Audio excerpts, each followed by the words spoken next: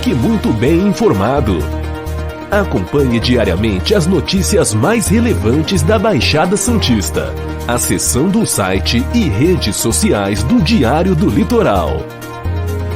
Diário do Litoral. Somos impresso, somos digital, somos conteúdo. Visite nosso site e siga-nos em nossas redes sociais.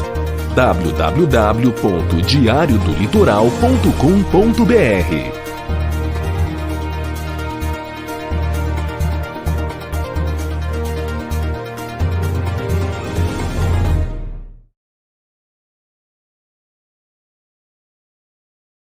Muito boa tarde a todos vocês, muito boa noite ao pessoal da TV Com. A partir de agora tem o nosso Cidades em Debate aqui pela TV Unisantos, canal 40.1 no aberto, o canal 12 da antiga NET, que é a Claro TV, e também pela nossa TV Com, canal 11 da Claro TV e canal 8 da Vivo TV. A partir de agora tem o nosso Cidades em Debate, o nosso programa de debate aqui na Baixada Santista, trazendo os assuntos que marcam aí o nosso dia a dia, da nossa região, do Brasil e do mundo. Já vamos estar apresentando aí a nossa mesa de hoje também com os nossos convidados. Bom, já vamos direto aqui para o nosso boletim da Covid. Na cidade de Santos, houve diminuição no número de pessoas internadas na rede de saúde de Santos, de 177 para 164 pessoas, né? Houve diminuição também no número de internados nos leitos de UTI, voltados para os casos mais graves, né? Aqui no caso de 81 para 75 pessoas, uma queda de 7,5%. E a ocupação geral, né, dos 310 leitos disponíveis está em 53%. Entre os 152 leitos de UTI, a ocupação é de 49%. Na rede SUS, a taxa é de 50%. Na rede privada, é de 49%. E a gente tem esse site aí, o santos.sp.gov.br/saúde/dados coronavírus. Esse site tem em tempo real tudo que acontece em questão da Covid, os casos, enfim, né? Então, é um site para você ter sempre em mãos. Bom, quero dar uma informação também, que a escola de skate que funciona ali na Praça Palmares, no bairro do Imbaré, em Santos, está oferecendo 150 vagas gratuitas para crianças e adolescentes de 7 a 17 anos. A unidade faz parte do projeto Futuro do Skate, uma iniciativa da Associação Socioeducativa de Esporte e Lazer, em parceria com a Secretaria de Esportes da Prefeitura de Santos. Para você poder fazer a sua inscrição, se você estiver interessado, é necessário acessar o site da Prefeitura. Também é preciso apresentar pessoalmente na aula cópia do RG, do aluno e do responsável, comprovante de residência e atestado médico também. O presidente da ACEL, que é essa associação, o Marcos Paulo Pereira Mendes, o famoso Camarão, ele explica que as aulas, além de prática esportiva e do convívio social, elas trazem conceito de educação e cidadania, princípios que os jovens poderão utilizar para o resto de suas vidas. E o trabalho vai muito além aí das manobras das pistas, né? Aquelas manobras radicais. Atualmente, as escolas de skate da prefeitura atendem cerca de 300 alunos. Para o secretário de Esportes Gelásio Aires Fernandes Júnior, os jovens participantes encontram nas aulas uma forma de ocupação do tempo ocioso e os ensinamentos para um modelo de vida. Então tá aí, fica aqui o recado. Jovens de 7 a 17 anos, 150 vagas abertas para você começar a aprender essas manobras radicais e quem sabe se é um futuro do nosso skate, que agora é um esporte olímpico também. Bom, vamos apresentar aqui a nossa mesa de hoje. Dr. Maurício Baltazar de Lima, ele que é advogado, nosso comentarista do programa, está conosco aqui nessa sexta-feira, né, doutor? Seja bem-vindo. O finalzão de semana tá batendo na porta aí, né, doutor? Tudo bem? Boa tarde, boa noite àqueles que estão na TV Com. Uma saudação a toda a Baixada Santista, a você, Santiago, aos pares de mesa, enfim. Falta pouco, né? O final de semana já está aí na cara do gol. Enfim, um descanso merecido a todos nós. Mas até lá, debateremos assuntos do nosso interesse, informaremos e, quem sabe, traremos um pouquinho de luz à nossa comunidade aí. Uma boa tarde e boa noite a todos. Tá certo. Bom, conosco também o nosso querido João Vilela, ele que é o dono da Design Gallery, ali no Gonzaga, também na Azevedo Sodré, né? São lojas maravilhosas aí que tem tudo para decoração da sua casa. O pessoal já conhece aí a Design Gallery, né? E é sempre bom ressaltar que muitas novidades chegam diariamente, né, João? Tudo bem com você? Seja bem-vindo mais uma vez. Tudo bem, Santiago, doutor Maurício, boa tarde a todos, para estar com vocês aqui. É uma loucura, a loja é 4, 5, 6, às vezes 10 novidades por dia, é muito dinâmico, o negócio não para. Mesmo com essa pandemia que veio, já está indo embora, graças a Deus, agora então parece que ficou meio represada, né, as novidades, e agora vai vir uma enxurrada, né? Isso que é legal, né, mesmo João? durante a pandemia chegou muita coisa, a gente vai se preparando, a gente já está começando a montar toda a linha de Páscoa, tem muita coisa de Páscoa, não teve carnaval esse ano, já antecipamos ainda a Páscoa, e o comércio está antecipando a Páscoa, viu? Muita gente do comércio tem antecipado bastante a Páscoa. Tá certo. Os dois endereços, só para a gente completar o jabá aqui, João. Então, Marechal Deodoro 98, Azevedo Sodré número 3, ali próximo a Conselheiro Nébias, na Azevedo Sodré. Tá certo. Bom, conosco também nosso querido Paulinho, da BeachFit, ele que é um empresário também, um fabricante a nível Brasil de biquínis e sungas, né? E também roupas para fitness. O Paulinho tem a loja ali na Bernardino de Campos, ali no 486, né, Paulinho? Esse aqui eu anotei, hein? Esse aqui eu anotei. Seja bem-vindo também, viu, Paulinho? É sempre bom tê-lo aqui. Um abraço a todos, abraço, Santiago. É 436, Santiago, 436. Anotei errado, hein? Rapaz, ainda bem que você tá aí, viu? 436, aqui próximo à estação do VLT. E mandar um abraço também ao meu amigo, o Marcos Paulo Camarão, lá da Surf Truck, essa iniciativa bonita aí dos skate com a molecada. É um cara que está sempre voltado aí pro pessoal de skate, de surf, né? O Camarão é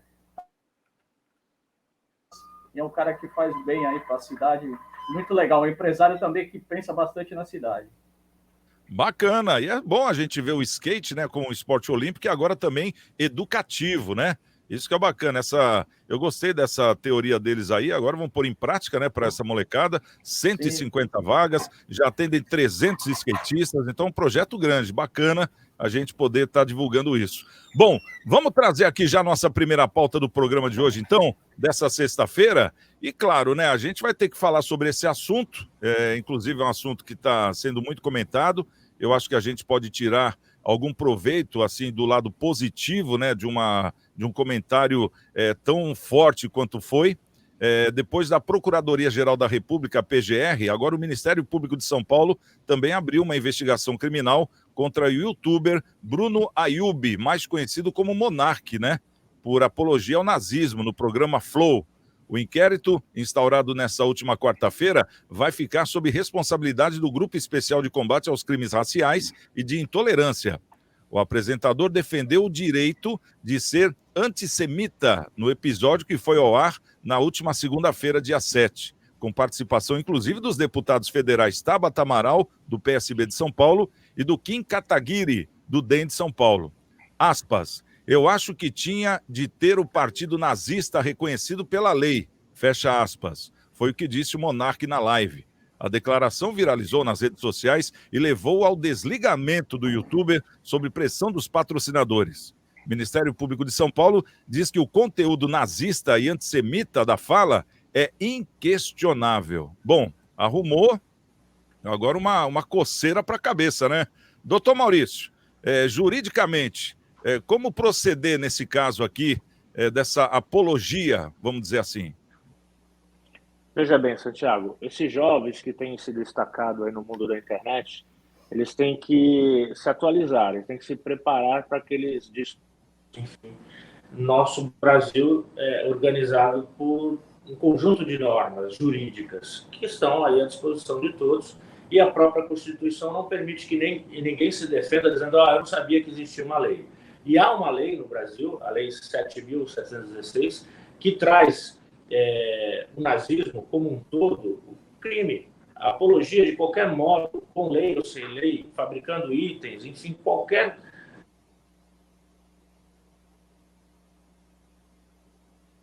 Acho que fechou o microfone, doutor Maurício.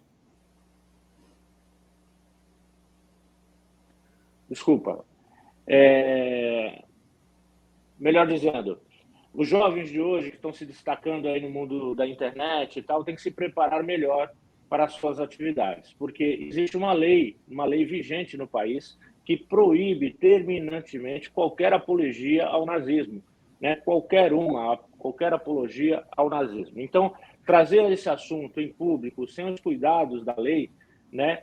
Sem estar, por exemplo, lá na Casa dos Deputados, atuando como deputado, que aí, em tese, teria uma proteção, ainda assim seria crime, mas a ser apurado como decoro parlamentar. Mas na medida em que ele assume o risco e traz esse assunto jurídico para o público, melhor dizendo, esse assunto para o público, então ele comete, sim, o crime de apologia ao nazismo e deve responder de acordo com o seu dolo, a sua culpa e as consequências dessa manifestação pública a favor do nazismo, Santiago. Vai ter problema sim, esse inquérito provavelmente vai virar processo crime e ele vai ser condenado. Ô, João, a gente fala tanto em liberdade de expressão, que as pessoas têm o direito, que nem, poxa, isso aí também dividiu muitas opiniões, né? Muitas pessoas questionando, falando, não, mas é um direito dele de falar isso, se ele está errado, então ele tem que ser punido pela justiça, que é o que está acontecendo. Mas a questão é a seguinte, não deveriam ter tirado ele do ar, porque ele já vai ser processado mesmo. Quer dizer, qual é o limite dessa censura? Porque nesse caso, né, João, a gente sabe que tem que ter uma censura, né? Não sei se o nome certo é censura, não é censura. mas qual é o simancol da pessoa? Porque isso aí depende de cada um, né? E cada um pensa de um jeito, uns extrapolam, outros já retraem mais. Como é que você vê aí? Como seria essa censura, entre aspas? É que não é uma censura. Vamos lá. A pessoa, ela tem que entender que ele foi muito infeliz. Tenho certeza que ele não quis falar nada a favor do nazismo, nada disso.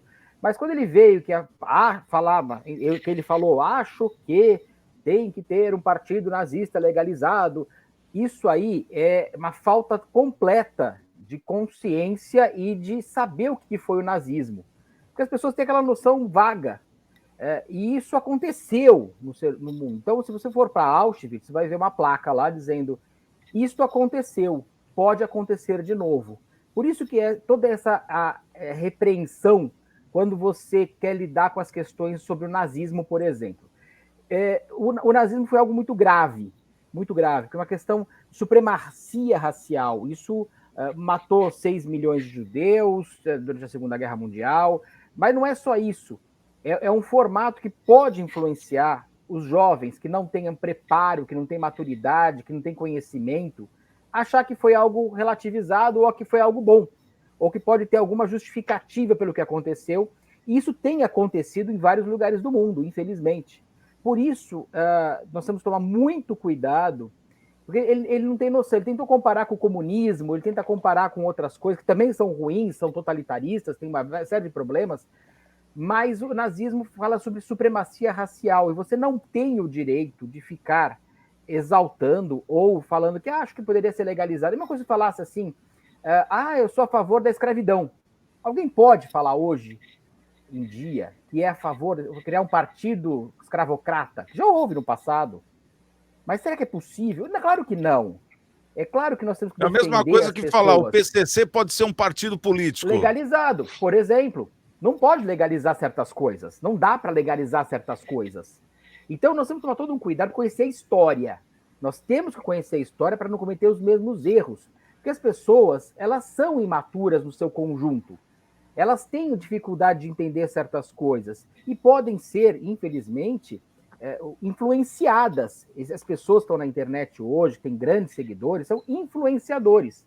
Amanhã um garoto escuta isso e fala assim, ele tem razão, gosto do Monark, gosto da forma que ele pensa, ele tem razão, ele poderia abrir um partido dessa forma, mas não deve ser tão ruim, e é muito ruim.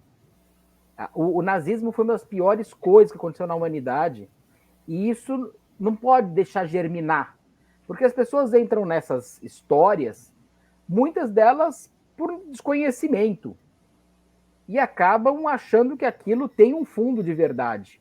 Como tantas bobagens que nós temos escutado todos os dias hoje. Então tem que ter um freio legal para evitar que as pessoas comecem a gostar disso, ou achar que isso pode ter uma viabilidade, porque foi algo muito cruel. Você pensar que mães eram mortas com seus filhos no colo, queimadas, muitas vezes, nos campos de concentração. Por isso que a Alemanha e os países adjacentes, como a Polônia, mantêm os campos de concentração para visita, para que as pessoas falem, olha, isso aconteceu. Porque muita gente, ainda hoje, acha, não foi bem assim, não aconteceu. E aconteceu, de queimarem as pessoas, de manterem as pessoas numa situação. Você vê as pessoas com aquele completa magreza, porque não comiam, muitos morreram de fome, inclusive, foram perseguidos. Você pensar os guetos que aconteciam na Alemanha, eu estive na Alemanha algumas vezes, e há um lado sombrio da história, que o povo alemão, na sua grande maioria, quer esquecer que houve aquilo, mas ao mesmo tempo não quer deixar esquecer que aquilo foi uma barbaridade que aconteceu. O povo judeu também, se você for no Museu do Holocausto em Jerusalém, a gente chama de nazismo, mas é o Holocausto, foi uma coisa terrível, terrível. Então, o que a gente não pode deixar é germinar isso, porque as pessoas vão relativizar, e daqui a pouco vão estar relativizando coisas absurdas. Então, ele tentou ser ultraliberal, mas tem que tomar um cuidado com isso. Eu tenho certeza que ele não fez por maldade, ele não queria que fosse... Mas ele fala, não, pode liberar, ele é a favor da liberação das drogas, por exemplo, ele é a favor da liberação de uma série de coisas, e fala, então é a mesma coisa. Não é a mesma coisa. São coisas muito diferentes. Então, muita gente compara com o comunismo, que matou 100 milhões de pessoas, que também deve ser retirado da nossa pauta, provavelmente, mas como venceu a guerra, ainda tem países comunistas que mandam muito no mundo, então isso acaba sendo relativizado também. Mas também houve campos de concentração de comunistas que mataram, além de judeus também. Vamos lembrar que não foi só, tanto a Alemanha como o comunismo, não foi só judeus que foram mortos.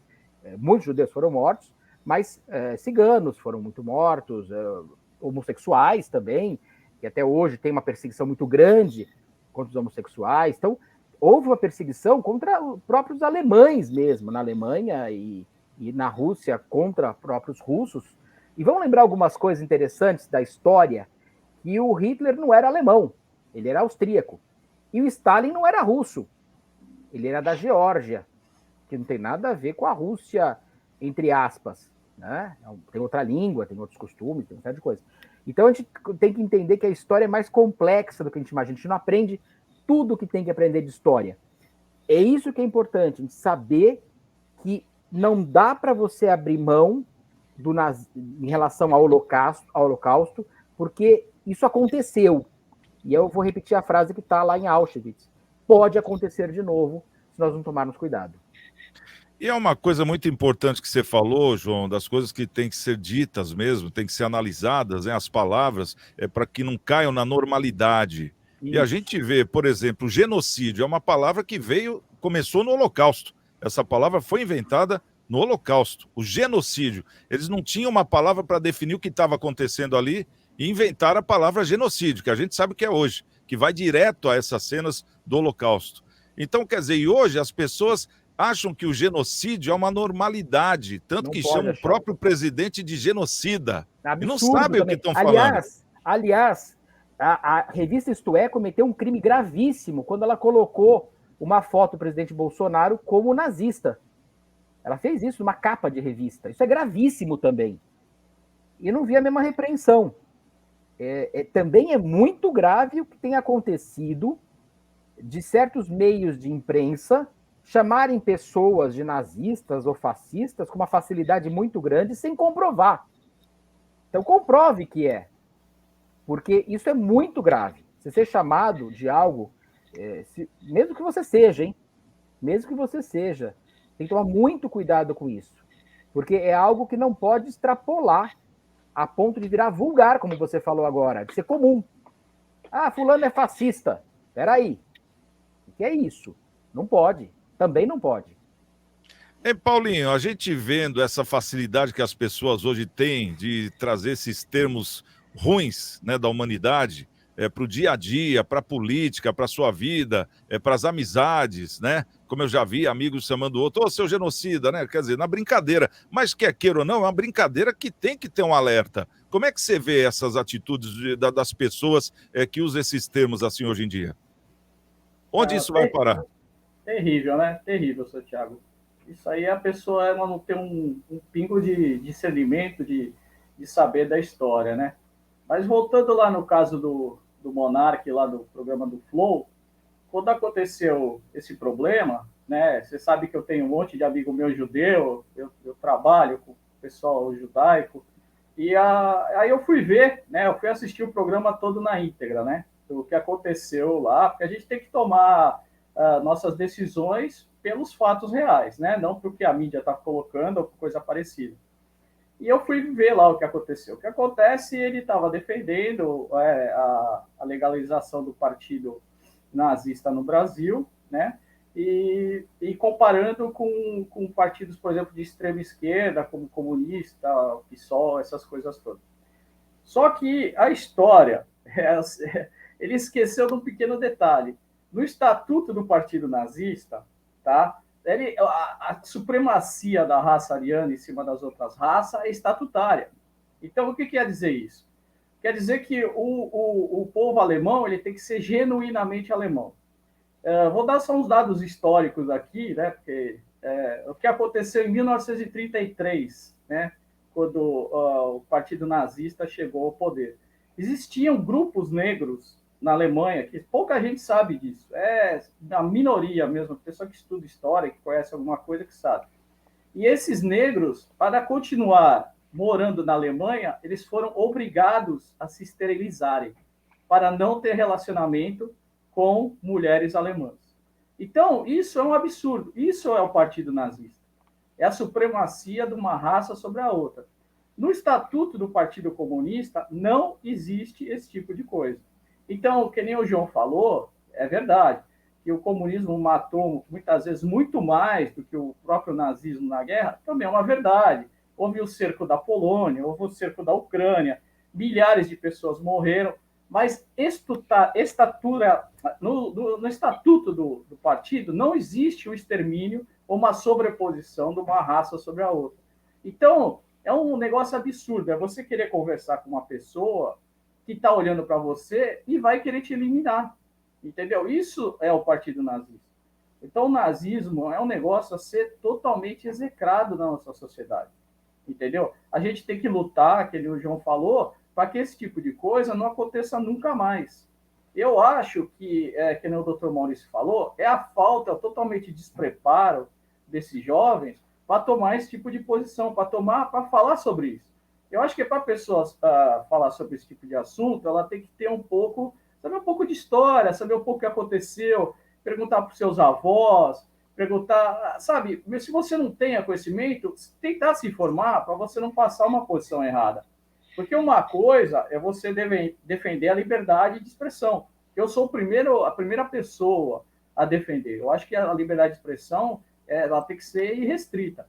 Mas você defender um partido que ela quer se sobrepor sobre outra pessoa porque você não tem a mesma raça ou a mesma ideologia que ela, é um verdadeiro absurdo, né? Então, isso aí são crimes contra a humanidade que foram acontecidos, né? O Holocausto matou mais de 6 milhões de judeus.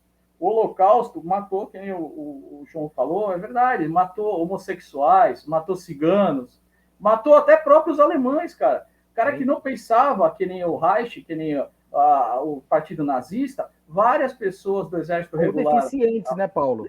Deficientes. O médico pessoal de Hitler, ele tinha uma divisão para pegar crianças deficientes na casa das pessoas e levarem para um campo para exterminar essas crianças, fazer experimentos médicos. Entendeu? É um absurdo. Então, a pessoa que defende o tipo de regime como esse, ela não sabe o que está falando, ela não tem a noção do que foi, né, a década de 30, a década de 40, com a ascendência do partido nazista para a Alemanha. A própria população alemã, ela também, a grande maioria, não sabia o que acontecia. Exatamente. A própria população alemã, ela não sabia dos campos de concentração. Tanto é que para você ser um soldado de campo de concentração, existia um período probatório absurdo, entendeu? Os caras te examinavam, te verificavam se você não tinha uma ascendência judaica, alguma coisa assim, para você ser um soldado de campo de concentração. Porque eram as barbaridades que o cara via lá dentro, que ele não podia falar para ninguém.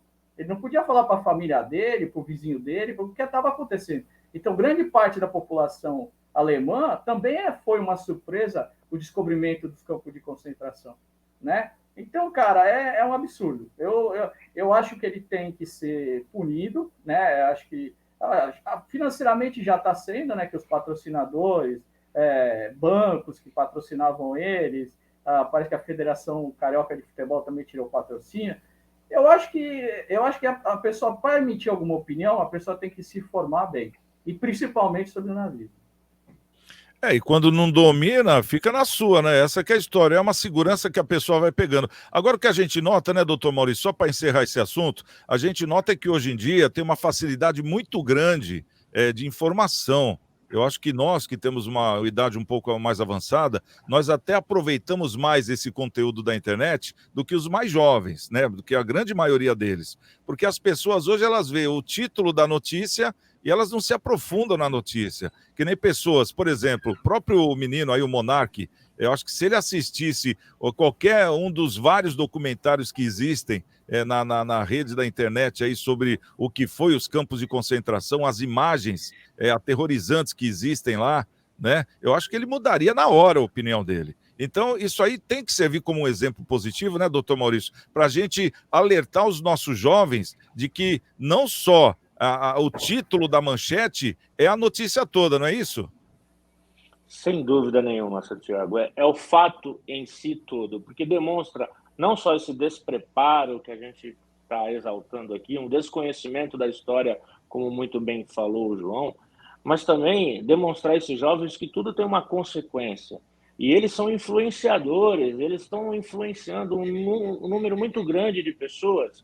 Então, eles têm que ter essa responsabilidade de saber do que eles estão falando e, ao imprimir a sua opinião de forma pública, saber do que ele está falando, sob pena de cometer crime e também levar como é que eu vou dizer, um futuro negro para muitos jovens. Já pensou, como você deu esse exemplo aí, Santiago, que algum jovem acha bonitinho essa manchete e começa a andar com a sigla, como aconteceu recentemente. Aliás, se ele tivesse o cara ligado com a suástica, no aeroporto. Nem sabia o que era. Aquele historiador aqui no Brasil, não sei se vocês acompanharam, aqui no Brasil tem um grande historiador do nazismo. Ele tem peças lá, o valor histórico e econômico do seu acervo de história do nazismo é milionário. E aí alguém fez uma denúncia anônima, foram na casa dele e o cara está preso, foi preso, está sendo investigado. Comprovou-se lá que ele é um historiador, ele tem outras peças. Mas, enfim, no Brasil existe uma lei, crime, e aí tem que responder pelo crime. Porque, como muito bem trouxe o João, e até pouco tempo havia uma exibição fotográfica circulante pelas cidades, aqui ficou na praça aqui do presídio, aqui no centro da cidade, por muito tempo. Você só de entrar e ver as fotos, aquelas fotos em preto e branco, nossa senhora, você saía de lá passando mal, de tão grande foi o genocídio, foi os campos de concentração, enfim, é de arrepiar só de lembrar, que fará quem tem a permissão de entrar e sentir, tentar se colocar na vez, no lugar das pessoas que sucumbiram nesse regime. Então, é algo muito sério, ele tem que refletir sobre isso e sobre os outros temas que, se um dia ele voltar a discutir, estar melhor preparado para não causar um dano à sociedade e ao futuro de muito jovem que ele tem influenciado. Se me permite, Santiago, só para concluir essa questão do nazismo, do Holocausto, nós vamos ter que lembrar que o mundo, boa parte na época, foi a favor do nazismo. Uma boa parte, inclusive o Brasil. Getúlio Vargas mandou a Olga Bernardi... Um namoro. Aquele absurdo, grávida, e foi morrer no campo de concentração. Quer dizer, algo que aconteceu no Brasil. Getúlio Vargas era apoiador, depois ele mudou de lado, mas no começo havia um apoio e havia muitas coisas ligadas a isso. Aqui na nossa região, inclusive, haviam pessoas ligadas ao Partido Comunista, ao Partido Nazista. E vamos lembrar que quando ascendeu o Hitler no Partido Nacional Socialista dos Trabalhadores da Alemanha, que esse era o nome do partido, Partido Nacional Socialista dos Trabalhadores da Alemanha, a Alemanha estava num período muito complicado, de inflação muito alta, de desemprego, de problemas graves, e ele achou o bode expiatório. Os judeus são o bode expiatório dessa coisa. Eles são os culpados disso tudo. E vão exterminar, e convenceu muita gente. Então, isto, vou repetir só mais uma vez, porque é importante. O que está escrito em Auschwitz, na Polônia. Isto aconteceu. Não podemos deixar que aconteça novamente. Esse é o grande questão para que as pessoas aprendam. Então, esses influenciadores têm que tomar muito cuidado para que não influenciem, não tenham uma influência que vá gerar em jovens despreparados, inconsequentes, com dificuldade. Aquela influência devastadora, né, João? Devasta. É como a escravidão foi também. Exatamente, temos vários exemplos. Então é bem falado essa frase. Eu acho que o recado é esse, né? Bom, esse é o nosso programa Cidades em Debate aqui pela TV Unisantos, também pela TV Com. O nosso horário na TV Unisantos é de segunda a sexta-feira, a 1h da tarde. E pela TV Com, o nosso horário é às 7h da noite. Vamos trazer outra informação aqui. Foi confirmada, hein? Foi confirmada. O presidente Jair Bolsonaro confirmou a viagem dele, né? Ele vai mesmo manter a sua viagem para a Rússia, mesmo com aquela crise, né, da Ucrânia. O presidente vai para Moscou na próxima semana, já semana que vem, onde terá uma série de compromissos, incluindo o encontro aí com o presidente Vladimir Putin. Semana passada, quando o presidente Bolsonaro anunciou que iria viajar para a Rússia, o presidente americano Biden comentou que seria melhor que não fosse, pois assim ele estaria sinalizando e dando uma prova de que o Brasil realmente é um parceiro fiel dos Estados Unidos. Lembrando que, além da Rússia, Bolsonaro também fará uma parada na Hungria, onde foi convidado pelo primeiro-ministro Eduardo Orbán para estreitamento de laços entre os dois países, principalmente laços comerciais. Agora eu quero ouvir aqui, Paulinho, você acha que tem alguma coisa a ver essa viagem do Bolsonaro para a Rússia? Ele deveria não ir, se preocupar mais com os Estados Unidos, ou ele tem mais que ir mesmo? Santiago, a gente tem que pensar de duas maneiras. Você tem que pensar que o presidente ele tem que zelar, né, pelos interesses do seu país, assim como o Biden zela pelo dele, né? O presidente argentino teve lá na China, agora, final de semana passado, e a China decretou que a Argentina é um grande parceiro chinês e que, se fosse o caso, colocaria fragatas e navios para defender as Falklands, né, que seriam as Ilhas Malvinas, e que eles acham um absurdo os ingleses estarem naquele território. Tanto que agora a China vai bancar uma usina nuclear, né, de energia na Argentina. Sim. E obras de infraestrutura em porto, obras de infraestrutura em ferrovias, mas é aquele negócio, né? O governo argentino ele está quebrado, então ele não está vendo as letrinhas miúdas desse contrato, né? Então as sessões que falaram, os embaixadores e pessoal da diplomacia, é que há até sessões de terreno, de área da própria Argentina, se esses contratos não forem cumpridos, né? Então, eu acho que o Brasil, ele como um país agrícola, exportador, pode se aproximar da Rússia, conversar com o Putin. Lógico que o nosso caso seria ficar mais próximo dos Estados Unidos. Os Estados Unidos andou oferecendo equipamentos bélicos para o Brasil, financiamentos quase zero, andou oferecendo o novo caça, o FX-35, né, para o Brasil a preço bem mais barato, chegando a quase ser o preço do Gripen, que hoje a Força Aérea Brasileira tem, né? A Força Brasileira comprou 36 Gripen da Saab, e os americanos ofereceram para o Brasil o mesmo preço do FX-35 do Gripen, né? Então, quer dizer, para os americanos querem fortalecer o Brasil militarmente, porque eles sabem que aqui na América do Sul nós somos a grande defesa deles. Porque se os russos começarem a equipar, por exemplo, a Venezuela, e os chineses começarem a equipar, por exemplo, a Argentina, o Brasil vai ser a linha de frente do governo americano na América do Sul, né? O Chile, ultimamente, agora, o Congresso chileno estava querendo até extinguir as Forças Armadas. Um projeto no Chile de extinguir as Forças Armadas. E o Chile tem pendências com vários países. Imagina só. Peru é um, né? Ele tem uma parte invadida, que invadiu o Peru, né? O Chile. Exatamente. Eu acho que Tem até uma a Bolívia saída pro também mar. tem uma outra parte. Então seriam dois países que Exatamente. já iriam cair para dentro, né? Já Essa que é a caiu, verdade. já queria um pedacinho lá para sair da pomar. Então, quer dizer, é um absurdo. E sendo que hoje a Marinha chilena é a segunda marinha mais poderosa da América do Sul. Né? Então, você vai ver, você vai desequipar um órgão desses, e eles são, e a Marinha chilena é altamente preparada, né? A níveis internacionais de pesquisa, essas coisas, eles têm um preparo bem grande, a nível assim de países desenvolvidos, como Estados Unidos, como Inglaterra, até mesmo superando em alguns aspectos a Marinha brasileira.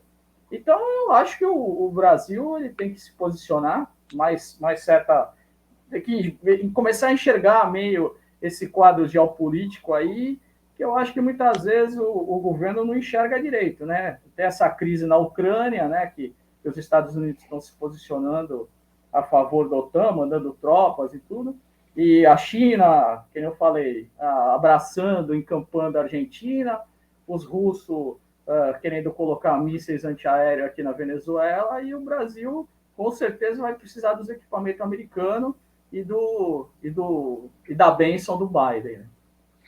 Hein, ô João, o maior problema dessa história aí chama-se OTAN, né? Esse é o maior problema, porque a Rússia ela está querendo, entre aspas, invadir a Ucrânia, caso a Ucrânia ela seja uma, vamos dizer assim, uma sócia da OTAN, né? Entre para aquele grupo dos grandes países que querem ajudar aqueles países emergentes. Então, quer dizer, estrategicamente na geopolítica, a Ucrânia seria excelente para os Estados Unidos. E a Rússia não quer deixar. Se a Ucrânia falar, tá bom, eu não vou me aliar, eu tenho certeza que as tropas serão retiradas. Como é que você acha que vai acabar esse jogo de xadrez, João? Olha, a Rússia ela tem preocupação com todas as suas fronteiras, que são muito grandes e com países complicados normalmente. Eles já tiveram problema, inclusive, da Segunda Guerra, da entrada pela Finlândia, pela Suécia, aquela questão toda. Eles têm preocupações em todos os lados. Tem países complicados à sua volta toda. A Ucrânia é um país muito ligado à União Soviética, tão ligado que a antiga União Soviética, né, a atual Rússia, você tem a capital da União Soviética chegou a ser a capital da Ucrânia, que era Kiev. Então, eles têm uma ligação muito forte com isso tudo. E essa questão da Ucrânia entrar para a OTAN, os Estados Unidos vai mandar e desmandar dentro praticamente do território russo, que eles consideram território russo, não é? A questão do Bolsonaro é só uma. Ele tem que, claro que a princípio ele tem que entrar em contato com todos os países e fazer negócios com todos os países, porque além de chefe de Estado, ele é chefe de governo. Então, ele é chefe de governo, é chefe de Estado, na realidade. Então, ele tem que ter essa visão de ir para os países, sem dúvida. Só que agora é uma hora de escutar o Itamaraty e verificar se é uma boa, se é mais produtivo comprar essa briga com o Biden por uma possível negociação com a Rússia, ou se não é a hora de fazer isso, porque na diplomacia os símbolos são muito fortes. Quando você tem uma diplomacia internacional, a simbologia é muito forte, como agora o Paulo acabou de falar em relação à China e à Argentina, essa simbologia ficou muito forte. Pode amanhã criar um caso com a Inglaterra por causa dessa questão toda com a China. E o aperto de mão, uma foto hoje com aperto de mão ao Putin, pode dar a entender que o Brasil é a favor que a Rússia anexe a Ucrânia, por exemplo, ou que entre em conflito com a Ucrânia. Então são coisas muito complicadas que o Itamaraty é preparado. O nosso Itamaraty ele é muito preparado, tem pessoas ali, tem que ser escutado o Itamaraty para tomar a melhor decisão. É complexa, é paradoxa muitas vezes, porque você tem, não quer criar confusão com os Estados Unidos, nem com os países da OTAN, mas também não quer perder a amizade com a Rússia. E vamos lembrar que o Brasil, uma coisa que pouca gente sabe, o passaporte brasileiro é um dos poucos muito bem aceitos na Rússia. A maioria dos países tem uma dificuldade muito grande de entrar na Rússia. O Brasil tem facilidade, o brasileiro tem facilidade para entrar na Rússia. Nós temos um convívio muito harmonioso com a Rússia, inclusive. E é um país que tem relevância, sem dúvida nenhuma, em termos de consumo e em termos de importância mundial. Mas tem que ser ouvido o Itamaraty. Essas coisas são técnicas, não adianta Se o presidente escutou e o Itamaraty falou que tudo bem, vai, tudo bem, é por aí mesmo. Se falar que não e ele vai, aí começa a complicar, porque são coisas muito técnicas e qualquer detalhe pode gerar um desgaste desnecessário para o Brasil. E tem aquele lado também, né, doutor Maurício? Ele poderia ir, por exemplo, o Brasil, ele é conhecido mundialmente como um país pacifista, um país de paz e amor, né? Ele poderia ir para lá já anunciando, eu estou indo lá para levar uma mensagem de paz também para o Putin, né? Quer dizer, aí que entra a política, né? Aquele chaveco velho do político, não entra não, doutor? Também, Santiago, também, e aí faz parte da função do Itamaraty, né? Assessorar e sugerir como fazer, quando fazer, como muito bem falou o João. Mas eu acho que a gente está esquecendo de um ponto muito importante, né? Essa visita à Rússia, ela tem sido orquestrada, requerida, exigida há muito tempo por empresários brasileiros que têm negócios na Rússia e pela expectativa da visita dele para afirmar, garantir que todo esse movimento de reforma, principalmente nas questões de estrada, né, de direito ambiental, né? Infraestrutura, tudo isso, todo esse movimento que o Brasil tem feito nesses últimos anos, principalmente o trabalho do ministro Tarcísio, vai continuar a ponto de permitir que empresários russos continuem investindo aqui no Brasil e até mais. Então, assim, a gente tem que levar em consideração que o Bolsonaro tem todas essas funções de governo, de Estado e tal, mas também tem que garantir que esse desenvolvimento que está aquecendo, ainda está longe do ideal, mas está acontecendo, continue. E aí, para isso, a pessoa do presidente, já imaginou os empresários russos receberem o presidente do país afirmando que vai continuar, que vai cumprir os contratos, eventualmente? Eu acho que, coincidentemente, essa circunstância comercial, que é importante, e o Bolsonaro já foi para outros países com essa missão, coincidiu com esse fato político, geopolítico aí que é evidência no mundo. Então, me parece que ele vai fazer sim, vai fazer os dois papéis muito bem, até porque, Santiago e colegas da mesa, se toda hora que o Biden ou qualquer outro presidente dos Estados Unidos sugerir um ato e o Bolsonaro ou qualquer outro presidente do Brasil baixar a cabeça e obedecer, também me parece que não seria o ideal para um líder de um país. Ele indo até lá e, de repente, colocando uma pulga atrás da orelha do presidente Biden, talvez vai valorizar um pouco mais a parceria que há entre o Brasil e os Estados Unidos. E, quem sabe, as benesses dessas relações acabem aumentando, porque nós sabemos que, de certa medida, as relações comerciais Brasil e Estados Unidos não são tão assim equiparadas, né? A gente sempre tem algum prejuízo. Mas, enfim, me parece que o Bolsonaro está muito bem decidido, muito bem assessorado. Ele tem ouvido todo mundo, ele, inclusive, está mais calmo nas suas falas. Me parece que é uma decisão apropriada e correta de continuar com esse projeto de visitar a Rússia e, quem sabe, fomentar todo esse negócio comercial que tem entre os países. E tanto... Oi, pode falar, Paulinho. Não, eu só acho assim, o governo Bolsonaro, ele negligenciou muito o pessoal do Itamaraty, né? O Itamaraty, eles têm uma rusga com o governo Bolsonaro muito grande. Então, o que o João falou é verdade. Hoje em dia, nós estamos vivendo um momento meio crítico nessa área da invasão da Ucrânia, essas coisas. A simbologia de um aperto de mão do governo brasileiro com o governo russo pode representar não só esse problema que o Dr. Maurício falou aí dos empresários que querem fazer negócio com o Brasil, que estão situados lá na Rússia, que estão trabalhando lá, mas sim um aceno que eles estão também a favor da invasão da Ucrânia. Então, eu acho que, no momento, é um momento muito crítico para o presidente ir viajar e ir para a Rússia. O momento não é o ideal. Eu acho que deveria, eu particularmente, pelo que a gente escuta falar, pelo que o pessoal do Itamaraty fala, eu acho muito difícil que o presidente Bolsonaro tenha escutado o pessoal do Itamaraty nesse momento. Se eu escutasse o pessoal do Itamaraty, o Itamaraty com certeza ia ter a posição parecida com a minha. Olha, nós temos que estreitar os relacionamentos com a Rússia, A Rússia é um grande parceiro nosso econômico, mas não é o momento para o senhor viajar até lá, né? O momento agora não é. E eu acho que não é questão de subserviência ao governo norte-americano. Muito pelo contrário. O governo norte-americano, poucas pessoas falam, mas o governo americano ele está ajudando militarmente o Brasil assim em termos de absurdo. É que pouca gente fala e pouca gente divulga. Os Estados Unidos mandaram tanques de graça agora para o Brasil, ofereceram helicóptero Cobra. Mas você sabe que isso tem um preço, né, Paulinho? Pode continuar. Mas o preço, o preço eu vou te falar qual que é o preço. O preço é que o americano ele não sabe guerrear dentro de uma selva.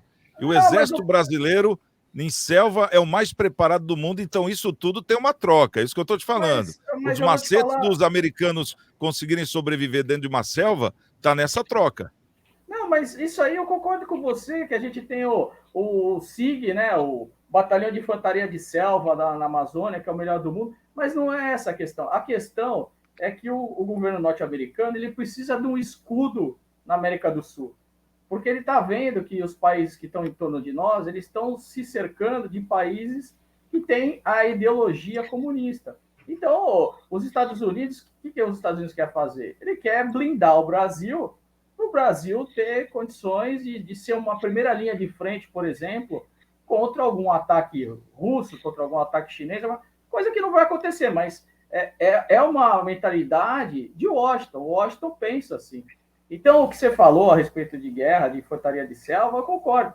Mas eu estou vendo um problema geopolítico. O problema geopolítico é esse. Os Estados Unidos está querendo equipar o governo brasileiro militarmente, com um monte de coisas, para ser uma linha de frente para essa resistência. Que aqui na América do Sul, infelizmente, eles estão vendo que cada vez mais existem governos que estão com essa tendência de esquerda. A Argentina é um governo de tendência de esquerda, o Chile é um governo de tendência de esquerda. Mas hoje o governo americano é de esquerda, o Biden é esquerda hoje. Isso aí, Santiago, isso aí é que a imprensa quer falar. O governo Biden é um governo para os americanos. O governo Biden... As provas você vê. É a favor do aborto. Quer dizer, vamos fazer uma relação aqui. Agora, só para a gente continuar, desculpa, Paulinho, só para a gente continuar, eu queria saber a opinião do João, porque a gente está contra o tempo aqui. É que dá dois debates, essa que é a verdade, né? Ô, João, eu até concordo com essa... Vamos pisar em ovos, porque de repente vai que o Bolsonaro esteja lá na Rússia e estoure a guerra. Isso aí pega mal também. Concordo com você, Paulinho. Tem que tomar todos os cuidados. Por outro lado, João, o primeiro-ministro lá da Hungria, que é um país que não é amigo da Rússia, pelo contrário, sabendo que o Bolsonaro ia até lá, ele quis estreitar os laços também. Pô, passa aqui, vamos tomar um café. Quer dizer, então tá a prova de que o Brasil não está indo por causa da guerra, não é nada disso. Está indo por causa de negócio, né? Sim, mas nós temos que tomar todos os cuidados. E nesse caso, Santiago, o Itamaraty, ele é a melhor forma. Eles conhecem muito dessa questão toda de como fazer. Então tem que tomar muito cuidado nessas horas, porque o momento não é bom. O momento não é bom. O próprio Macron, o presidente da França, teve lá conversando com o Putin essa semana. Mas está preocupado com a questão. Eles estão perto um do outro ali, eles fazem não fronteira direta, mas estão ali na mesma região. Tem a questão do gás que um recebe do outro. Tem uma série de questões econômicas nessa pseudo-guerra. Não vai ter guerra, provavelmente. É muito difícil acontecer essa guerra. E essa questão ideológica entre esquerda e direita, vamos deixar claro, não existe mais a não ser na cabeça da população. A questão é negócio. A China não é um país que está preocupado, se tem que ser esquerda. Não, ele está preocupado em ganhar dinheiro. O negócio é ganhar dinheiro. Então não existe país mais com a questão ideológica tão forte. Talvez a Coreia do Norte, mas daí é maluquice do cara lá, que é o gestor da encrenca. Mas vamos deixar claro, existem momentos certos para cada coisa. Talvez, Itamaraty, isso quem analisa é quem estuda isso, sabe cada detalhe da política internacional. Tem muita coisa, não dá para a gente achar que o presidente acha que tal. Não tem que achar nada, ele tem que seguir quem entende, quem é técnico, quem trabalha, que estudou para isso, que trabalha nisso e é preparado para isso, em vez de ficar essa confusão toda. não sei. Se o Itamaraty acha que não deve ir, eu não iria. Se o Itamaraty acha que deve ir, aí vai. Tá certo. Bom, nosso Cidades em Debate, vamos dar uma pausa de 30 segundos. Já já nós vamos trazer o nosso Momento Câmara. Fique muito bem informado. Acompanhe diariamente as notícias mais relevantes da Baixada Santista, acessando o site e redes sociais do Diário do Litoral. Diário do Litoral. Somos impresso, somos digital, somos conteúdo. Visite nosso site e siga-nos em nossas redes sociais. www.diariodolitoral.com.br.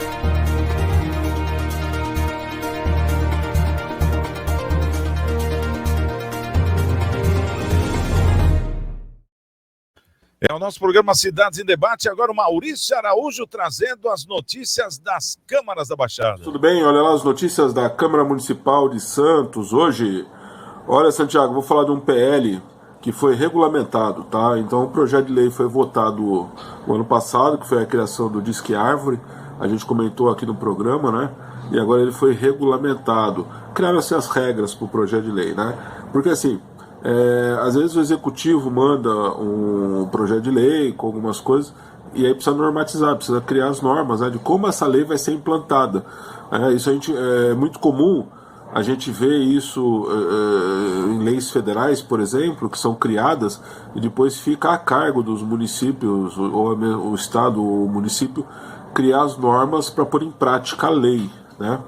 E o Disque Árvore foi essa situação. Agora voltou-se toda a regulamentação aí de como vai funcionar. Então tem um número, você liga, faz um cadastro e entra numa fila de espera e aí eles vão ver a localização, melhor tipo de árvore lá que eles vão te oferecer, tudo eles vão lá e vão plantar. A dúvida é uma coisa que a gente já vê há muito tempo aqui, que é a discussão das podas de árvore, até mesmo a retirada das árvores que estão com problemas, né, de estrutural, que a gente vê aí quando chove ou venta forte, que cai árvore, cai galho, né, e acaba não tendo a devida manutenção, né, dessas árvores, né, e tem muita dificuldade para dar manutenção, tá? Então é raiz arrebentando muro, raiz arrebentando calçada, tá? Então a pergunta é, vamos ter um Disque Árvore bacana, importante, tá? Arborizar a cidade, mas e a manutenção? Quem dá essa manutenção? Tá? Continua sendo falha essa manutenção das árvores, tá? Bom, um outro projeto de lei que foi votado, e aí me remete àquela nossa lembrança que a gente um dia passando pelo mercado municipal, no fundo do mercado, bem escondido, a gente viu uma pilha de móveis, né, jogado, esquecido, mas muito móvel. Era mesa, cadeira, tudo abandonado lá no fundo do mercadão, tá? E a gente comentou, poxa, porque isso tudo largado aí, né? Por que não doa, faz alguma utilidade, né? E aí votaram um projeto de lei para doação de bens inservíveis. Olha que nome bonito, bens inservíveis, tá? Então o executivo vai estar autorizado a doar esses bens inservíveis para entidades de caridade. Lá tem toda uma regra lá para poder fazer a doação, mas não vão ficar mais acumulando coisa velha no patrimônio. É isso aí, Santiago, um abraço! Muito bom isso aí, viu? Porque eu vou te falar, nós estivemos lá, né, doutor Maurício, na campanha, e nós vimos lá uma montoeira, mas era maca, era aparelhagem, não. tudo era patrimônio, né? Não pode simplesmente tirar e dar, né? Então juntaram lá e agora veio essa lei, porque realmente precisa ser dado um fim, porque tem muita coisa que você vê que dá para aproveitar ali, né? Vamos falar rapidamente aqui, o nosso tempo tá em alta. Doutor Maurício, essa lei aí dos... qual o nome mesmo, o Maurício falou agora, dos bens inservíveis, é bem-vinda? Sim, com algum atraso, né? A gente já chamou a atenção isso muito tempo atrás e demoraram para fazê-la. Mas, enfim, mesmo tarde, antes tarde do que nunca, muita gente vai poder reaproveitar macas, mesas de escritório, enfim, vender, inclusive, equipamentos que não servem para nada, mas como material para reuso. Vai ser muito bom para determinadas instituições e um pouco ruim para os ratos, né? Porque eu imagino a quantidade de rato que tinha naquela sala lá, acumulando com aquele material, não era, Santiago? Era muita coisa. Pilha, né? Pilha, quer dizer, vamos falar aí, 5 metros de altura de coisas empilhadas num galpão de 500 metros quadrados, pelo menos, né? Naquela parte do fundo do mercado. Que bom que vai ser dado um fim. Ô, João, outra reclamação que eu recebia muito na campanha, por incrível que pareça, é justamente sobre essa primeira lei aí, que agora foi regulamentada, o Disque Árvore, mas parece que essa lei foi criada para plantar árvore. E a maior reclamação que eu tinha dos munícipes era árvores que levantavam a calçada, árvores que empenavam para cima do poste, que começava a tombar, e também árvores que as raízes, tem até uma foto aí, uma história de um prédio de 3 andares, que a árvore ela foi por baixo da calçada e começou a forçar aquela caixa d'água que é embaixo, né? Porque nos prédios tem a caixa d'água embaixo, que puxa a água pela bomba lá para o telhado, né? Então aquele depósito estava vazando água porque a raiz da árvore tinha furado. E ninguém sabia quem que ia retirar. E agora? Esse diz que vai plantar outra árvore em vez de tirar, João? Pois é, mas eu queria só comentar rapidamente essa questão que a gente foi falado anteriormente em relação à lei dos inservíveis. Eu também conheci esse lugar lá no mercado municipal, um absurdo, completo. Aliás, eu fui expulso do mercado municipal quando eu fui ver isso aí. Sem filmar, sem nada, hein? E o que é interessante é que não deveria ser feito dessa forma. Tem que ser feito leilão. Você não pode doar, porque você considerar servível ou inservível é complexo. Quem vai fazer o laudo? Como é que vai ser isso? O patrimônio do ente público tem que ser ir para leilão e não simplesmente doar. Vamos ver o que dá. Voltando à questão das árvores, tem que ter um planejamento urbano muito coerente para você plantar, qual árvore você plantar, aonde você plantar e manter essas árvores. Então não basta plantar, já plantaram muita árvore errada, já plantaram muita árvore em lugar errado, já plantaram de várias formas equivocadas. Agora, é fato que Santos, se você dividir pela média de árvores que nós temos na cidade toda, é uma cidade que tem muita árvore pela média, você vê como a média engana, né? Porque nós temos área continental, que 70% do tamanho da cidade é área continental, tem muita árvore. E se você divide pela cidade, parece que está tudo lotado. Mas a cidade em si, ela é muito árida. Ela falta muita árvore. Então, nós temos que saber fazer isso para que você não ache que é uma solução e acaba sendo maior problema ainda. Então, tem que ser a árvore certa, na época certa, que possa fazer a poda certa, do jeito certo, que ela não tenha raízes profundas, que tenha sido colocada. Tem que ter planejamento nessas coisas, mas, infelizmente, planejamento é um negócio raro no Brasil hoje.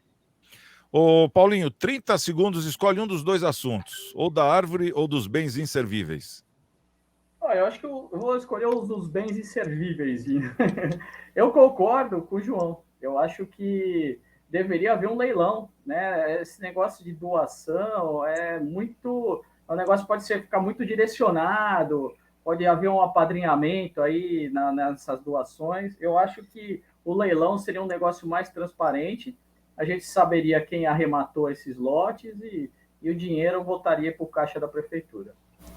Tá certo. Bom, nosso Momento Câmara, deixa eu só dar um recado aqui, a nossa campanha de arrecadação de alimentos, de roupas, de gêneros de primeira necessidade, continua, né, da Igreja Coração de Maria, você que puder fazer a sua doação, Ana Costa 74, qualquer quantidade, 1 quilo, 2 quilos de alimento, uma cesta básica, roupas, calçados usados, material de higiene pessoal, eles estão precisando muito. Você pode levar até a igreja na Costa 74, ali ao lado da Nova Calunga, né? Ou então, caso você tenha que doar, mas não pode sair de casa, ali o telefone 32237381, fala com a Bebeca, que ela é da paroquial, né? E ela vai dar toda a atenção e vai mandar lá a viatura buscar essas doações que você tenha e com certeza vai ajudar muitas famílias que estão sendo ajudadas. Rapidamente falando, eles atendiam cerca de 150 famílias antes da pandemia e agora estão atendendo 550. Então você vê que o número é muito grande. Então é muito necessária a sua ajuda e a gente agradece de coração. E falando em agradecimento, obrigado pela presença do Dr. Maurício Baltazar de Lima, nosso advogado, comentarista, nosso querido João Vilela, da Design Gallery, e o nosso querido Paulo Schneider, da Beach Fit. E principalmente muito obrigado a você pelo carinho e pela audiência. E o nosso Cidades em Debate volta segunda-feira, às 13 horas na TV Unisantos e às 19 horas na TV Com. Estamos com Deus, ótimo fim de semana.